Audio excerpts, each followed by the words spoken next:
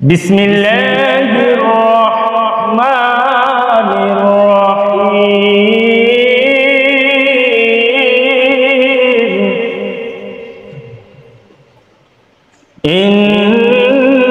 ইন্নাল্লাযীনা আমানু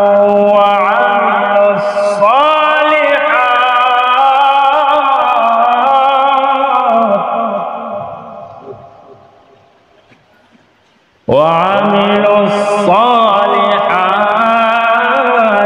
কানাত লাহুম জান্নাতুল ফিরদাউসি নুজুলা।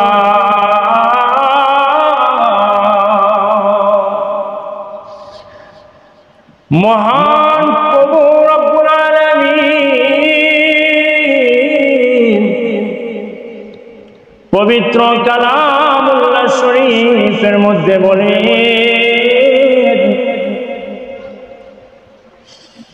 ইন্নাল্লাযীনা আমানু,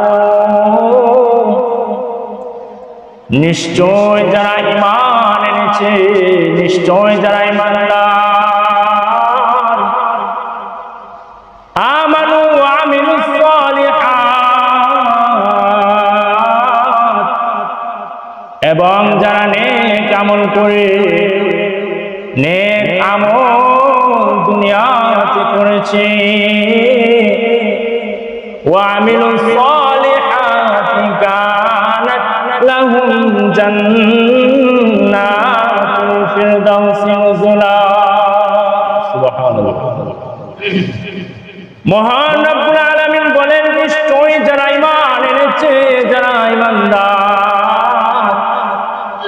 ওয়া আমিলুস সালিহাত, এবং নেক আমল করে, তাদেরকে কানাত লাহুম জান্নাতুল ফিরদাউসি নুজুলা, তাদেরকে আমি মেহমানদারি করাবো,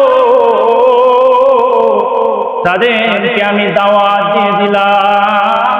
কানাত লাহুম জান্নাতুল ফিরদাউসি নুজুলা, জান্নাতুল ফিরদাউস সবচেয়ে উঁচু মাকামের জান্নাত, সবচেয়ে বড় জান্নাত, জান্নাতুল ফিরদাউস, যার তলদেশে থাকবে নহর, ঝর্ণা।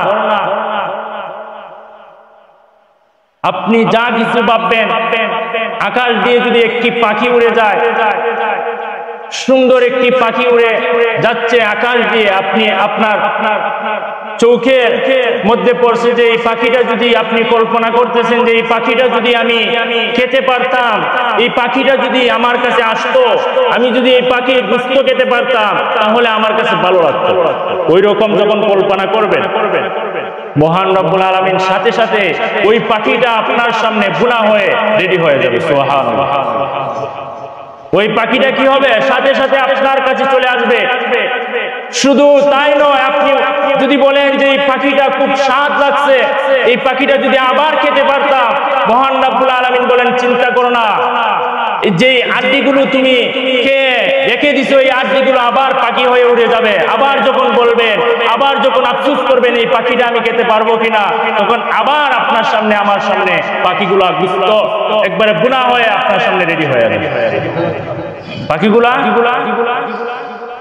রেডি হয়ে বুনা হয়ে আপনার সামনে উপস্থিত হয়ে যাবে। এটাই হলো জান্নাত, এটাই হলো জান্নাত।